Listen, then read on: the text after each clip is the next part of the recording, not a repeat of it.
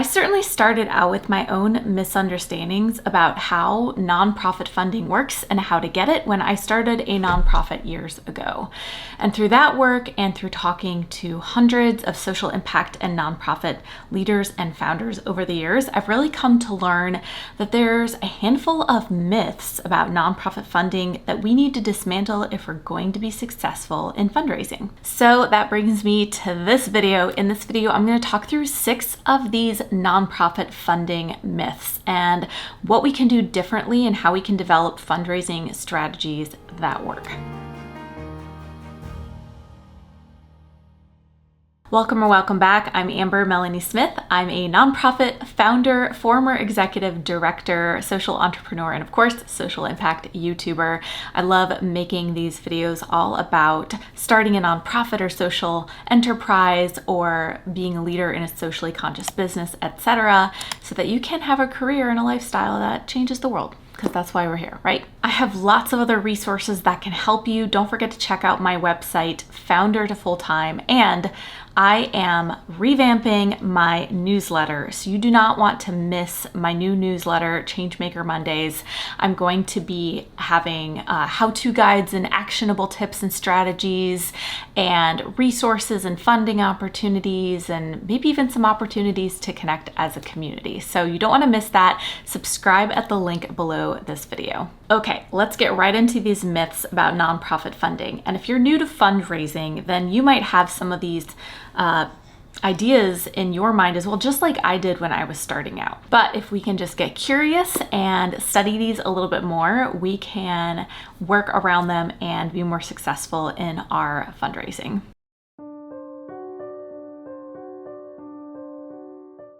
All right, myth number 1 is a big one, and it is just put up your fundraising page and the donations will come in, aka it's easy or fast to get donations. So picture this, it's cold emails, it's posts on social media to strangers, etc. I myself get emails regularly from people just asking me for money. I don't even know these people, and there's just so many ideas out there that if you just put your need up on the internet, then the people who might be inspired by your need are gonna magically find your website and then feel compelled to make a donation. In reality, that is very rarely how it works. Fundraising is usually a long-term process that starts with a foundation of identifying the right donors, building relationships over time, and then, when the time is right, making the ask and hopefully securing some nonprofit funding. So what do you do instead? You want to focus your efforts when you recognize the need for nonprofit funding. You want to focus those efforts first on 2 things, and that is building your audience, which involves determining who your audience even is, and then going to where those people are and starting to build those relationships. And secondly, developing the messaging around why the funding is needed. So what is your research on the issue or the project or the need on why the funding is needed, how much funding is needed, and how will someone donating make an impact if they give? You're gonna need to account for a period of time for educating people, because people don't necessarily automatically know about the issue or the project that you're trying to do. So taking your time to really help people understand the consequences of not meeting this need is going to help you get a long way with donors.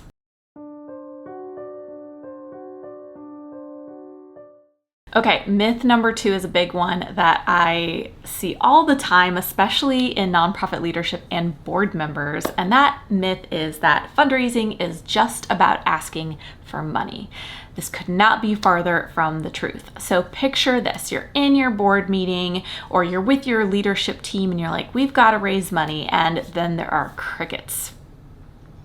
Everyone is terrified because they're picturing themselves going out with their hat in their hand and begging their friends and feeling the sting of rejection. And honestly, fundraising is like 5 to 10% the ask, and the other 90% is a lot of other things. And the good news is if we can understand that fundraising is 90% these other things, we can hopefully reduce our fears and the fears of our fellow leaders and board members for the nonprofit. Like I alluded to when we talked about myth number 1, the reality is that fundraising involves a lot of other things that are building relationships and trust with your audience and your donors.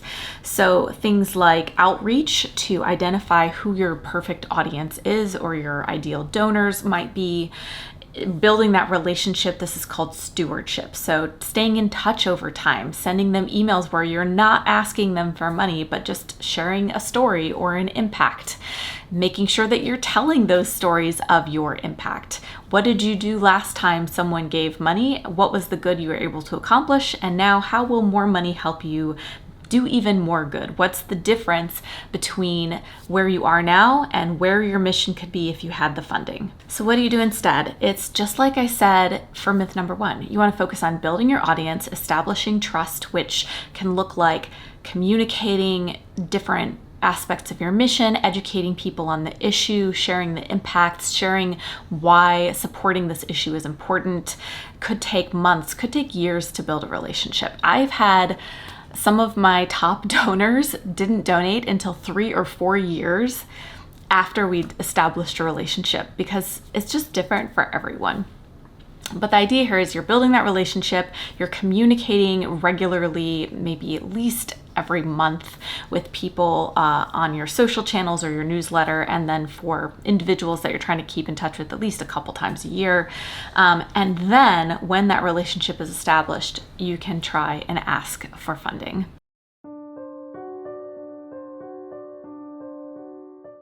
Myth number 3 is that grants are an easy way to get nonprofit funding. The scenario here is that when you go out to start a nonprofit, you are told by people that there are just grants, so many grants available for nonprofits, and that they're just easy to get and accessible for everyone. And if you can just get a grant, all of your problems will be solved. But as you can imagine, this is a big misconception about nonprofit funding. Oftentimes, I will hear from new nonprofit founders or nonprofit leaders the question of, where can I get the grants? I need to get the grants. But honestly, there are funding streams that are a lot faster and easier to get than grants that I always recommend they take a look at first. And secondly, grants are not necessarily the best fit for every organization. Some organizations are really well matched for grants, and some are better off with individual donors. Some are better off with earned income streams. Some are better off with sponsorships or events.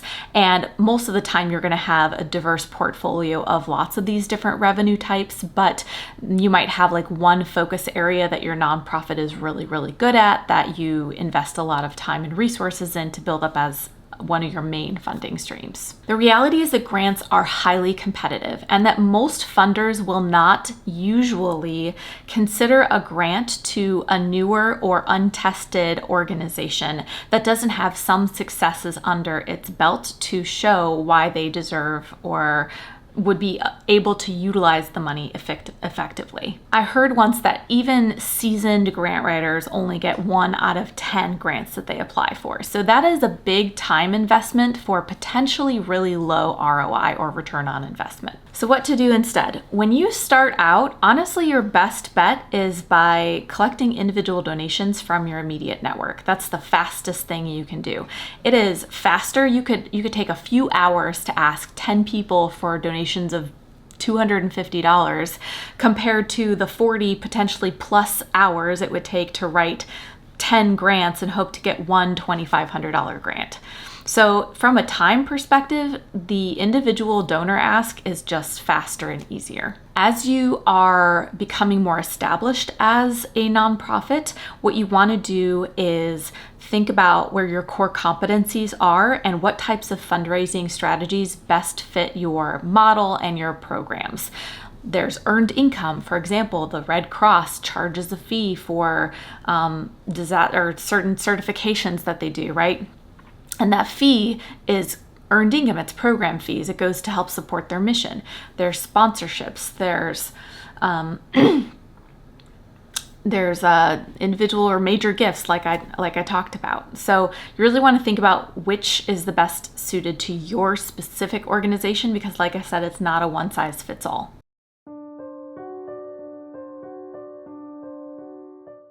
Myth number 4 is that once you get a donor, they are a donor for life, or at the very least, they're going to keep giving every year.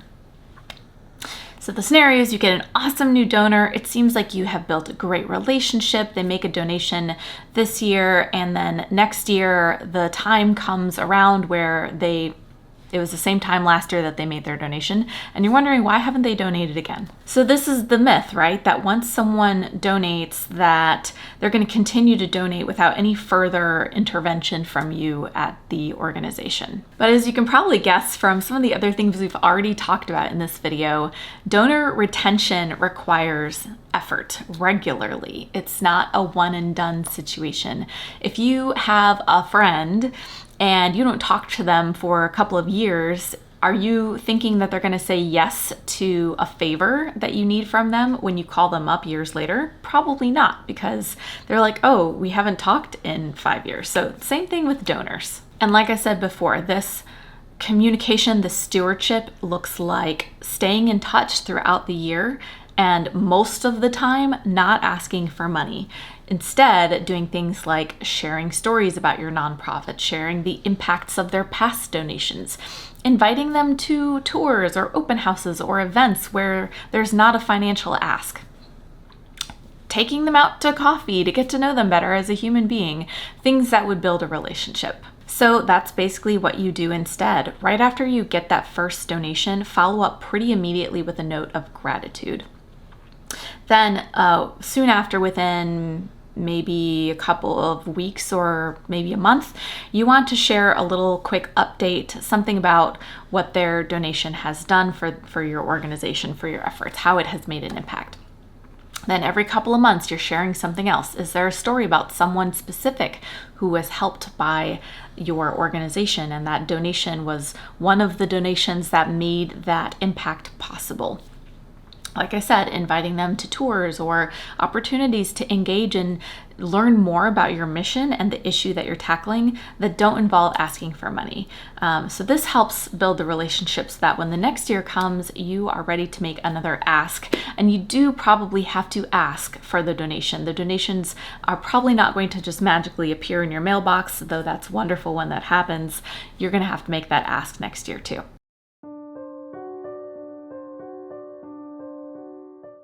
Myth number 5 is that events, special events, raise a lot of nonprofit funding. So here's the scenario. You hear about this fancy gala in town, and this nonprofit has brought in $200,000 from this gala, and that just blows your mind. And you're like, wow, how can we do that too?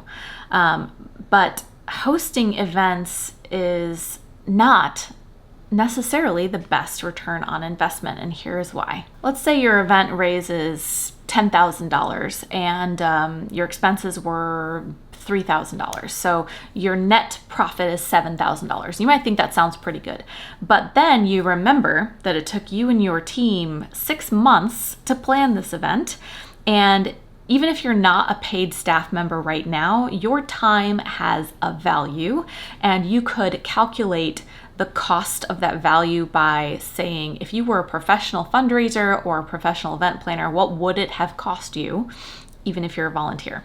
And then you subtract the real number, and you'll find that that thousands and thousands of dollars worth of staff time that was put into planning the event makes that net profit of the event pretty negligible in a lot of cases. Now, I'm not saying there are no events that can have a great ROI, or that there are no events in the world that have built up such an efficient way of running that it's worth it for them. I'm just saying, in a lot of cases, we as fundraisers forget to calculate the cost of our time put into planning the event when we calculate our net profit and the benefit of the event overall. You could spend that same 6 months cultivating a donor base to hopefully raise $50,000 compared to the hypothetical $10,000 you generated from the event.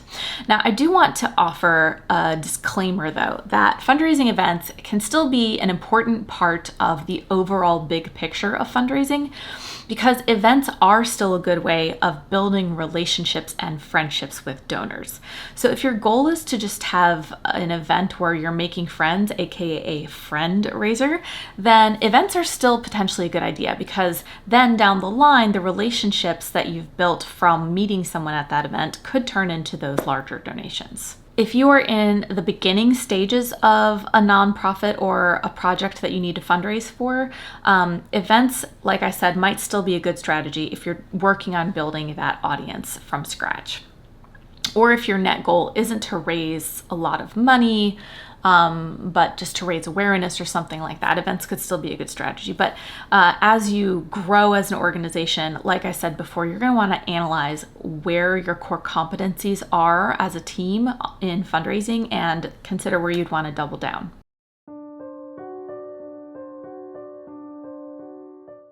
And the final myth is that all fundraising tactics work the same for every nonprofit organization. And you can probably guess, based on some of the things we've been talking about, that that is not the case. Also, this is a myths video, so of course that's not the case. So the scenarios, you hear about this fundraising strategy that one organization over here used, and you think you'll try it and have the same results. But like we've been saying, fundraising strategies are unique to each organization. You need to find the tailored strategy that's going to work and fit for your specific organization. Every mission calls for a different style or approach to fundraising. Every team is going to have different skills and competencies. You're going to have different opportunities for earned income or program revenue if you're one kind of nonprofit, and different opportunities for individual donations if you're another kind of nonprofit. It really all just depends. So you need to really know yourself, your organization, the skill sets of your team, and what opportunities are out there to develop the right strategy for your organization. Let's just do a quick brain exercise on this. Let's say you're an animal rescue nonprofit, so your likely target audience is animal lovers, pet lovers, and then your specific skill sets as a leader are, let's say, dog training and public speaking. So how would you combine these things to come up with a fundraising tactic that might bring in some money for your organization? Well, one idea might be to use your public speaking or dog training skills to offer workshops or speak on strategies to train your dog, So using your skills, you offer those workshops, you charge a fee, or you get sponsors, etc. And then that becomes a way that your organization brings in money that aligns with its mission and matches its target audience also. Just one thought. I'd love to hear from you. What are some myths about nonprofit funding that stood out to you, or others that you've heard that I didn't cover, or even some that you used to believe and don't anymore? Share in the comments below. If you're starting a nonprofit or social enterprise, or developing your fundraising strategy, figuring out, like I said, what your fit is, you're definitely going to check out my courses at foundertofulltime.com that cover both of those things. And if you're looking for resources and actionable tips for changemakers, join my new revamped newsletter at the link below. You won't regret it. And of course, you can opt out anytime it's not bringing you value. Thanks as always for watching, and I'll see you next time. Bye.